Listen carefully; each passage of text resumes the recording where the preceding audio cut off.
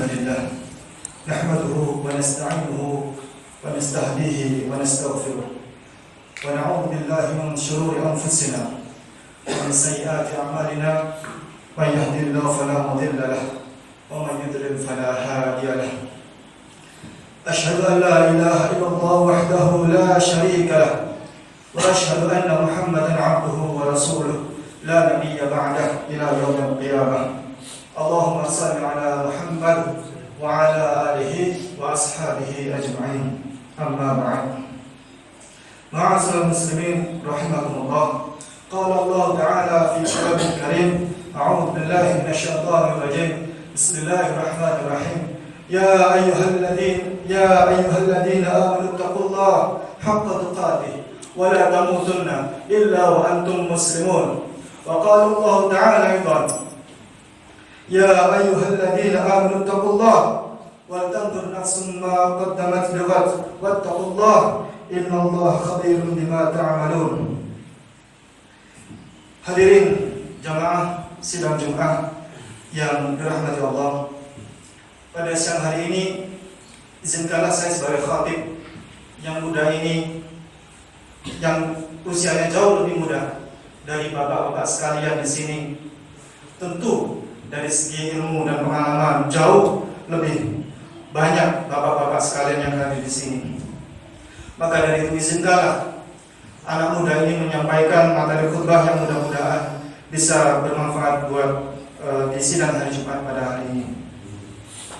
Hadirin sekalian yang dirahmati Allah, sebagaimana tradisi di setiap sidang Jumat bahwasanya khatib ingin menyampaikan pesan wasiat, terutama juga buat pribadi khatib. Marilah kita bersama-sama meningkatkan kadar iman dan takwa kepada Allah Subhanahu wa taala, serta dalam rangka menjalankan perintahnya dan menjauhi larangannya. Hadirin sekalian yang dirahmati Allah, Allah berfirman dalam Al-Quran, وَلَا تُفْسِدُوا فِي الْأَرْضِ بَعْدَ إِصْلَاحِهَا وَادْعُوهُ خَوْفًا وَطَمَعًا إِنَّ رَحْمَةَ اللَّهِ قَرِيبٌ مِنَ الْمُحْسِنِينَ. Yang artinya, dan janganlah kamu membuat kerusakan di muka bumi sesudah Allah memperbaikinya, dan berdoalah kepadanya dengan rasa takut tidak akan diterima dan harapan akan dikabulkan. Sesungguhnya rahmat Allah amat dekat kepada orang-orang yang berbuat baik. Surat Al-A'raf ayat 56. Hadirin sekalian, pada materi khutbah pada hari ini saya akan menunjukkan beberapa data yang ada kata risih, tapi ini wajib harus untuk disampaikan. Namun inilah faktanya di kehidupan di berbangsa dan negara Indonesia ini. Data yang pertama adalah data dari Komnas Perlindungan Anak tentang perilaku seksual remaja SMP dan SMA. 93,7% anak SMP dan SMA di Indonesia pernah ciuman, petting dan oral seks. Mohon maaf. 62,7% remaja SMP tidak perawan. 21,2% remaja SMA pernah aborsi. 97% pernah nonton film porno. Baik, saya tunjukkan lagi data berikutnya. Kalau bapak-bapak mungkin ada di sekalian paham tentang apa itu game GTA. Kalau bapak-bapak ke game online, pusat game online, itu ada namanya game GTA, dan itu mudah diakses. Semua anak bisa mengakses, anak SD, SMP, SMA, anak SD sudah main game GTA. Tahukah bahwa game GTA adalah game free action yang pelakunya itu bisa mengoperasikan, bisa bebas sesuai dengan keinginannya, mulai dari mencuri, merampok, memukul, menjarah, memperkosa.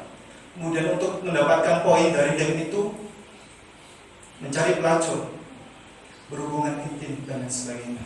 Ini fakta. Dan anak-anak SD usia kelas 3, usia kelas 4 main GTA Kak. Coba dicek. Jadi kalau di pusat game online dicek, anak-anak SD main GTA. Mungkin Bapak masih belum tahu GTA. Dan ini saya tunjukkan real datanya.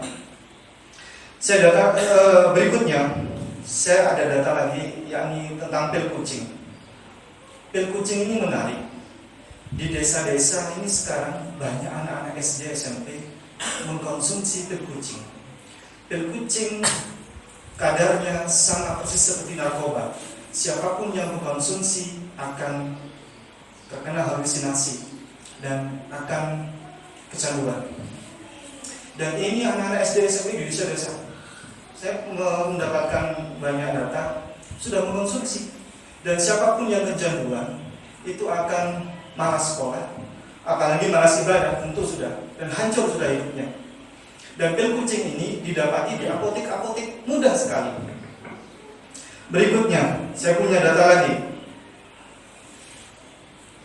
Kemenkominfo mengungkapkan pengguna internet di Indonesia tahun 2013 itu ada 63 juta orang.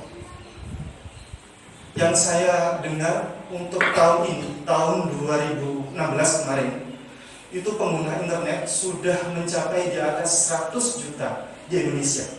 95% dari bandwidth yang digunakan di internet digunakan untuk media sosial, mulai dari Facebook, WhatsApp, Instagram, dan lain sebagainya. Dan informasinya, kadar untuk penggunaan media sosial di Indonesia sudah mencapai overdosis. Hadirin sekalian, apa dampaknya? Ya, sekarang semua anak bisa pakai internet. Semua anak bisa pakai internet. Kita tidak tahu sih anak-anak kita apa yang dibuka ketika di dalam kamar sendirian, yang dibuka di internet. Saya pernah menemui profesor itu berkata kepada saya, "Mas, saya tidak tahu yang dibuka anak saya di kamar itu apa. Walaupun wifi saya matikan, tapi kan dia punya paket data." Jadi saya pasrah kepada Allah. Dan yang terpenting adalah basic agama yang saya berikan kepada anak saya. Itu yang paling penting. Hadirin, 71% guru di Amerika Serikat, ini riset mengatakan kebiasaan anak di depan layar screen time dapat menurunkan prestasi mereka di sekolah. Anak zaman dulu beda dengan anak zaman sekarang. Kalau anak dulu dinasihati, "Duk, tolong jangan duduk di depan pintu." "Nurut Pak." "Nanti digondol wewe, Duk." "Nurut Pak." Duduk, indah dia. Coba anak sekarang, "Duk, ayo Duk, jangan duduk di depan pintu, nanti digondol wewe." Jawabannya apa? "Nggak apa-apa Mak, digondol wewe, yang penting wewenya bawa Honda Jazz." Anak dulu beda dengan anak sekarang. Dulu zaman saya madrasah, dipukul pakai penjalin gitu, tes, karena nggak hafal ya, nggak hafal. Bismillahirrahmanirrahim, nggak hafal, tes, tambah pinter, tapi tambah pinter. Anak sekarang dipukul pakai penjalin, besok polisi datang, lapor polisi sudah. Beda perlakuan anak zaman dulu dengan anak zaman sekarang. Dulu Pak, saya mainannya bendeng-bendengan Pak, bendeng-bendengan. Mungkin masih ingat, saya main sodor-sodoran ya. Kemudian saya mengkoleksi ini pelok bijinya mangga itu, saya kumpulkan, saya koleksi. Semakin banyak pelok, maka modal untuk bermain saya semakin banyak. Kemudian saya juga bermain bungkus rokok. Bungkus rokok itu saya lipat sedemikian rupa sehingga menjadi bagus. Saya gunakan modal untuk bermain. Menarik sekali dan asik. Kemudian saya juga pernah dulu, saya ingat, saya membuat lempung tanah liat itu. Saya putar-putar jadilah seperti bola. Kemudian dikeringkan, dijemur, dibakar sehingga jadi seperti batu. Diadu dengan yang lain. Diadu, didorong-dorong sampai ada yang pecah kalah. Sampai ada teman saya yang menang di dalamnya ternyata dikasih batu. Kemudian dilapisi lempungnya, itu menang. Begitu. Kemudian anak zaman sekarang Kak, mainannya sudah di depan layar HP. Jadi perlakuan anak sekarang dengan anak zaman dulu sudah berbeda. Hadirin sekalian,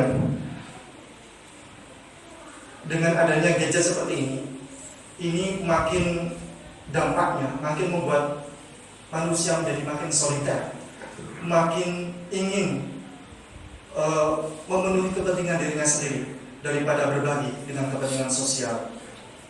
Bukti dari semakin manusia soliter saat ini dalam ilmu grafologi adalah ilmu yang kalau orang tulis tangan itu bisa diketahui, oh karakter orang ini seperti ini, oh karakter ini adalah karakter pembunuh misalnya, oh karakter ini adalah karakter pembohong. Itu bisa diketahui dari tulisan tangan, dari tanda tangan. Itu ilmu grafologi.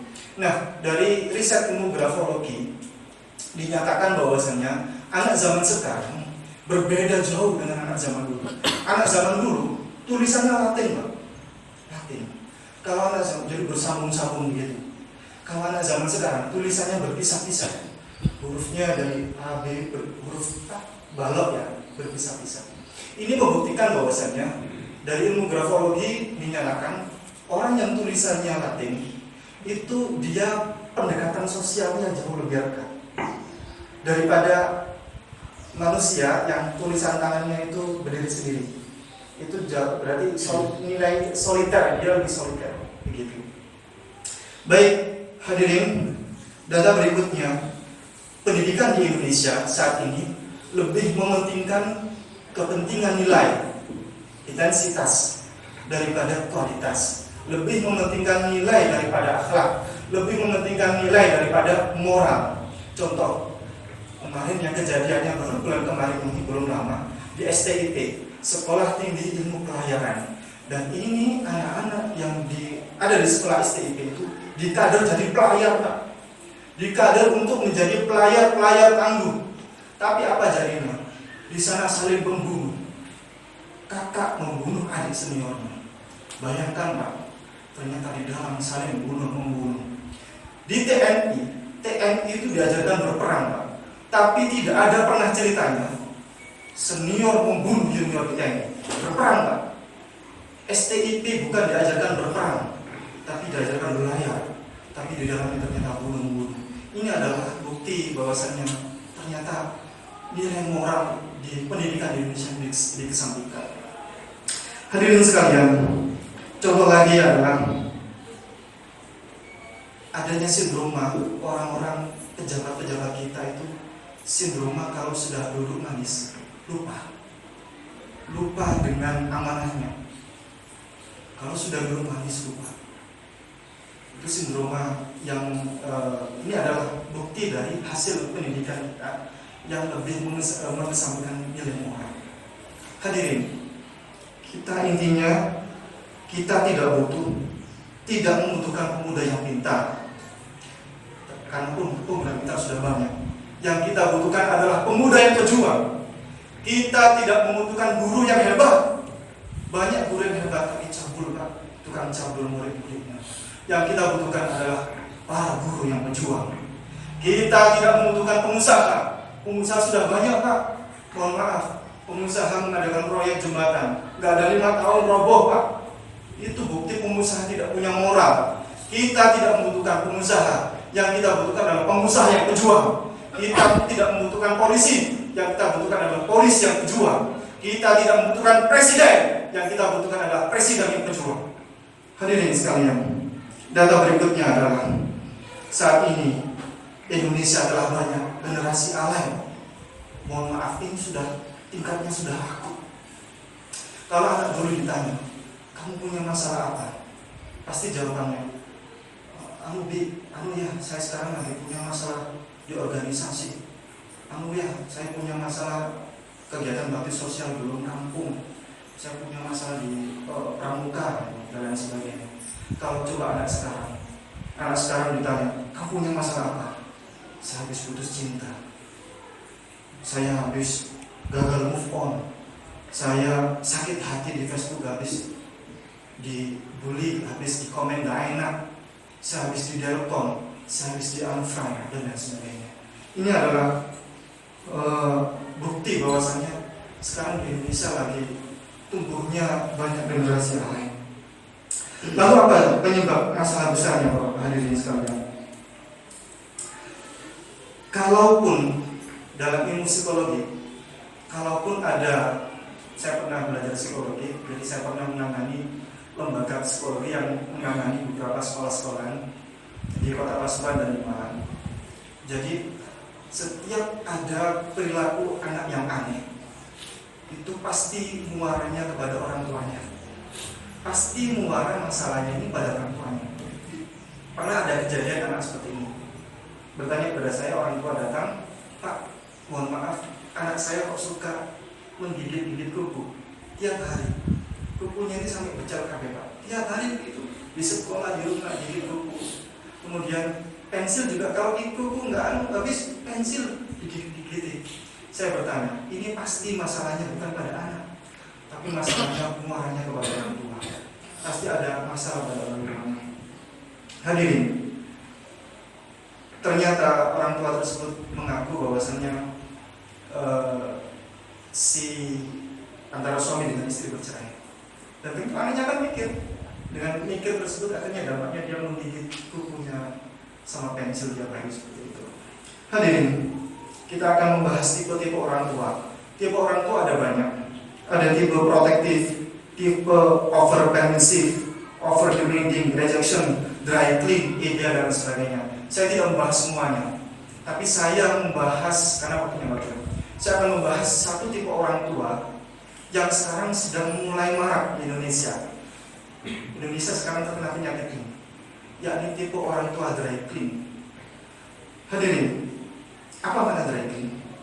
Dalam usaha laundry, bisnis laundry, dry clean itu adalah mencuci pakaian tanpa menggunakan air, tapi menggunakan uap panas dan menggunakan bahan kimia, cairan bahan kimia untuk membersihkan pakaian tersebut sehingga bersih.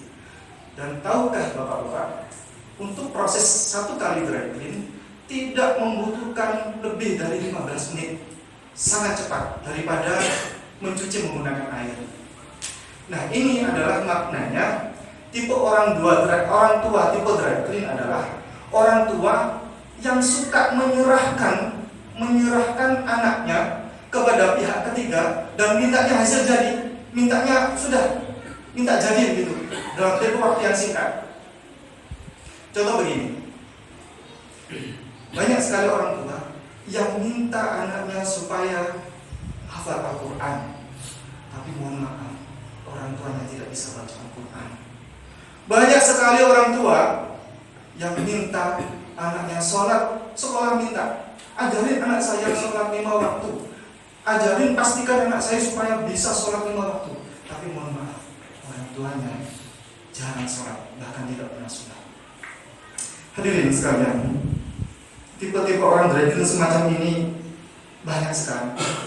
Jadi banyak orang tua menuntut anaknya supaya jujur. Sekolah minta diajari anaknya supaya jujur, tapi orang tuanya tidak jujur. Kalau ada tamu, nak bilang ayah di luar kota gitu. Nah, seperti itu. Hadirin, anak-anak kita tidak membutuhkan orang tua yang super. Anak-anak kita tidak membutuhkan orang tua yang punya gelar sarjana S1, S2, S3, S-Tungtung, STMJ, SPBU. Enggak. Anak-anak kita hanya membutuhkan orang tua biasa yang mampu berkomunikasi dengan anaknya secara baik, yang mampu memahami anaknya secara baik.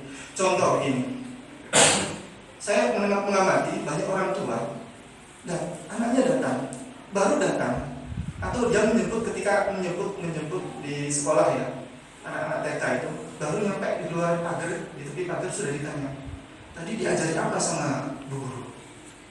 Anak stres, Pak, sudah capek ditanya tadi diajari apa sama bu guru. Pertanyaan-pertanyaan yang salah seperti ini harusnya diganti. Orang tua harusnya menanyakan, nah, seneng nggak tadi di sekolah? Nah, tadi dikasih makan nggak sama bu guru di sekolah? Jadi pertanyaan-pertanyaan yang salah itu sangat berpengaruh kepada psikologi anak. Hadirin, banyak sekali orang tua yang kerap kali menuntut anak, tapi kurang memberikan penghargaan. Belum lagi anak diraskan kesana kemari. Mulai pagi ya, sampai sore boarding school, sekolah.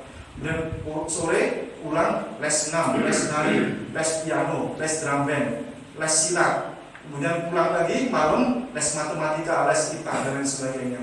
Anak dijadikan sebagai alat untuk apa ya? Seperti robot. Jadi orang tua kerap kali sekarang itu menuntut lebih banyak tuntutan kepada anak daripada memberikan penghargaan kepada anak. Contoh begini, ada anak kerap kali dapat nilai jelek, nilai matematika merah. Langsung si orang tua, jangan goblok oh nak gitu. Hadirin, kata-kata goblok seperti ini kerap kali diucapkan oleh orang tua. Padahal kata-kata negatif, goblok, bodoh dan lain sebagainya, kalau terus disampaikan secara terus-menerus, ya, kamu goblok, kamu bodoh, itu setiap hari disampaikan, unconscious mind, alam bawah sadar akan mengatakan bahwasanya, oh saya goblok, oh saya bodoh, dan jadinya anak bodoh sungguhan. Hadirin, mari kita mencontoh Luqman Al-Hakim dalam Al-Quran. Allah berfirman, A'udzubillahi minasyaitonir rajim. Wa idh qala Luqman libnihi wa huwa ya'iduhu ya bunayya la tusyrik billah innasyirka ladzulmun 'adzim. Luqman berkata, dan ingatlah ketika Luqman berkata kepada anaknya, hai anakku, janganlah engkau mempersekutukan Allah. Sesungguhnya mempersekutukan Allah adalah benar-benar kezaliman yang amat besar. Ada dua hal yang nilai moral yang bisa disampaikan dari ayat ini, bahwasanya Luqman Al-Hakim memanggil anaknya dengan sebutan hai anakku, ya bunayya. Dalam bahasa Arab, kata ya bunayya itu adalah panggilan ayah, panggilan sayang kepada anaknya, ya bunayya, hai anakku, yang menunjukkan kedekatan emosi antara bapak dengan anak. Jadi panggillah anak-anak kita dengan panggilan sayang. Kerap kali orang tua memanggil anak-anak dengan kalimat-kalimat yang tidak menyenangkan, misalnya, misalnya, nama anaknya Desi, des pedes, begitu, masya Allah, alhamdulillah. Ada anak yang goblok karena nilainya jelek dipanggil goblok. Kemudian pelajaran berikutnya adalah Luqman Al-Hakim mengatakan, ya bunayya la tusyrik billah innasyirka ladzulmun 'adzim. Hai anakku, janganlah engkau mempersekutukan Allah. Sesungguhnya mempersekutukan Allah adalah benar-benar kezaliman yang besar. Luqman Al-Hakim menyampaikan pesan pertama kepada anaknya dalam tafsir. Banyak pakar tafsir menyatakan bahwasanya Luqman Al-Hakim memberikan pelajaran pertama kepada anaknya adalah tentang basic agama, bukan yang lain. Yang di sini adalah konteksnya basic tauhid, basic ketuhanan tauhid, ketuhanan kepada Allah dan tidak mempersekutukan Allah. Hadirin, di lain waktu akan saya bahas perihal tagih cinta, tapi salah satu rumus tagih cinta adalah betapa pentingnya menyentuh, memeluk, mengusap kepala anak. Ini ya, jadi hasil riset, anak yang sering mendapatkan sentuhan fisik maupun sentuhan emosi dari bapaknya akan jauh tumbuh menjadi anak-anak yang cerdas dan pintar dan fokus dalam belajar daripada anak-anak yang kurang mendapatkan sentuhan fisik maupun sentuhan emosi. Anak yang sering gerut-gerutan dengan bapaknya akan jauh tumbuh menjadi anak-anak yang cerdas dan anak-anak yang fokus, daya serap informasinya jauh lebih fokus. Begitu. Riset ini hasil riset, cukup dengan memberikan satu pujian atau pelukan hangat bagi sang anak akan membangun kecerdasannya sebanyak lebih dari 10 triliun sel otak saat itu juga. Sepertinya perlu kita adakan tradisi untuk memeluk anak setiap pulang dari sekolah.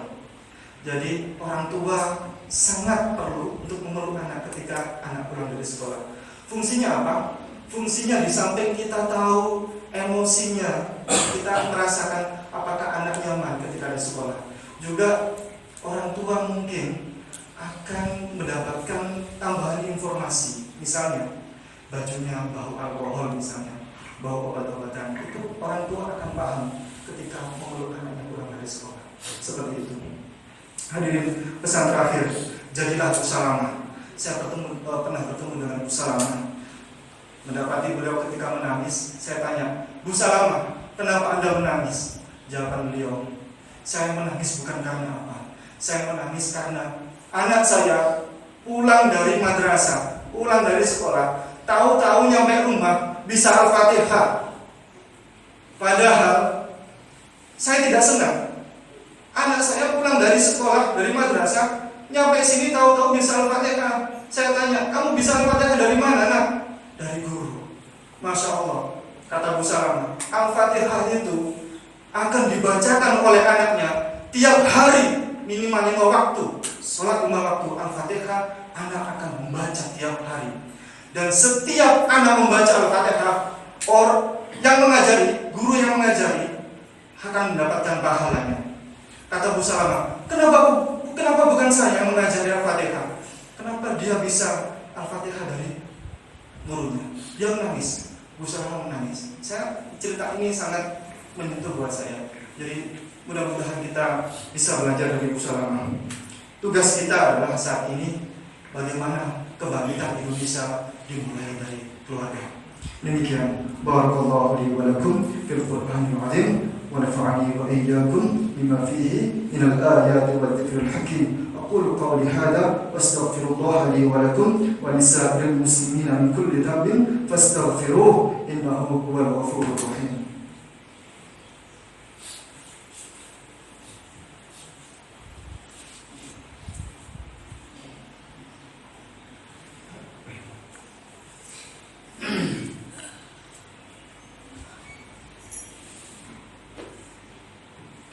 إن الحمد لله نحمده ونستعينه